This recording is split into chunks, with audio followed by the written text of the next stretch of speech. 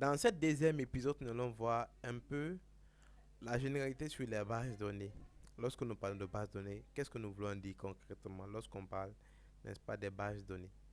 Donc, une base de données est une collection d'informations relatives, n'est-ce pas, à un sujet ou à un objectif particulier, tel que le suivi des commandes, n'est-ce pas, ou la gestion d'une collection.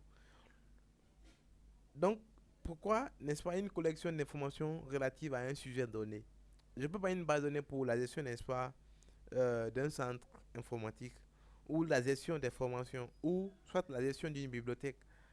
Donc là, le sujet est précis ou la gestion n'est pas d'une entreprise. Là, le sujet est précis. Mais je ne peux pas une base de données qui, disons que je me dis que ça va tout gérer. Ça peut pas. Une seule base de données ne peut pas. Donc je peux avoir plusieurs bases de données peut-être ou, n'est-ce pas, je vais les interconnecter. Là, si j'ai, n'est-ce pas, plusieurs sujets à développer. Donc, je peux avoir plusieurs bases de données si j'ai la possibilité de le faire. Donc, une base de données est un ensemble de tables. Donc, vous verrez que dans la base de données, l'élément principal au niveau de la base de données, c'est les tables. Donc, que ce soit les requêtes, les formulaires, les états, tout se repose sur les tables. On ne peut pas créer une base de données sans table. C'est pas possible. Voilà. C'est comme si vous construisez une maison où il n'y a rien. On a juste construit la maison et puis il n'y a rien à l'intérieur. Vous ne pouvez pas aller vous coucher ou vous ne pouvez pas habiter cette maison comme ça. Il vous faut des éléments. Et peut-être que pour une maison, le premier élément, je vous laisse définir. Donc, retenez qu'une base de données a forcément une table par défaut. Forcément une table. C'est pourquoi vous verrez, par exemple, sous Access, quand vous créez une nouvelle base de données, Access génère en même temps une table par défaut pour vous. Parce que ils se sont dit qu'une base de données ne peut pas exister sans une table. C'est pas possible. Donc, une base de données est un ensemble d'informations structurées et non redondantes, stockées dans un support physique. Donc, nous avons quelques règles que nous pouvons utiliser pour pouvoir, n'est-ce pas, bien gérer notre base de données. Parce que dans notre base de données, nous aurons les tables, nous aurons les formulaires, nous aurons les états, les macros et tant d'autres choses.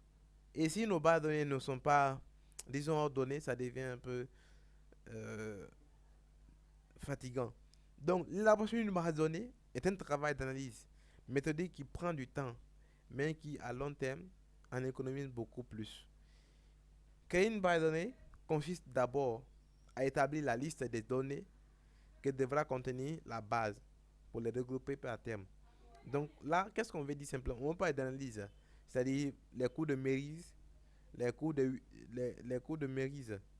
Là, vous devez les suivre avant, n'est-ce pas, de commencer la conception de base de données. Là, vous devez pouvoir concevoir votre modèle que vous allez implémenter, par exemple en Access, en MySQL, en PostgreSQL, en MongoDB, en Oracle, quel que soit les systèmes de base de données que vous verrez. Donc, les principaux avantages d'une base de données. Donc, nous avons limitation des redondances d'informations. Une donnée est stockée une fois.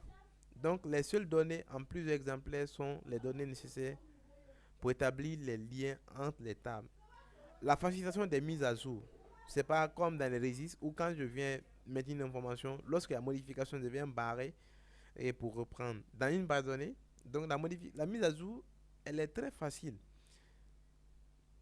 Elle, en effet, il est plus utile de saisir la même information dans plusieurs fichiers, comme c'est le cas avec Excel ou Word.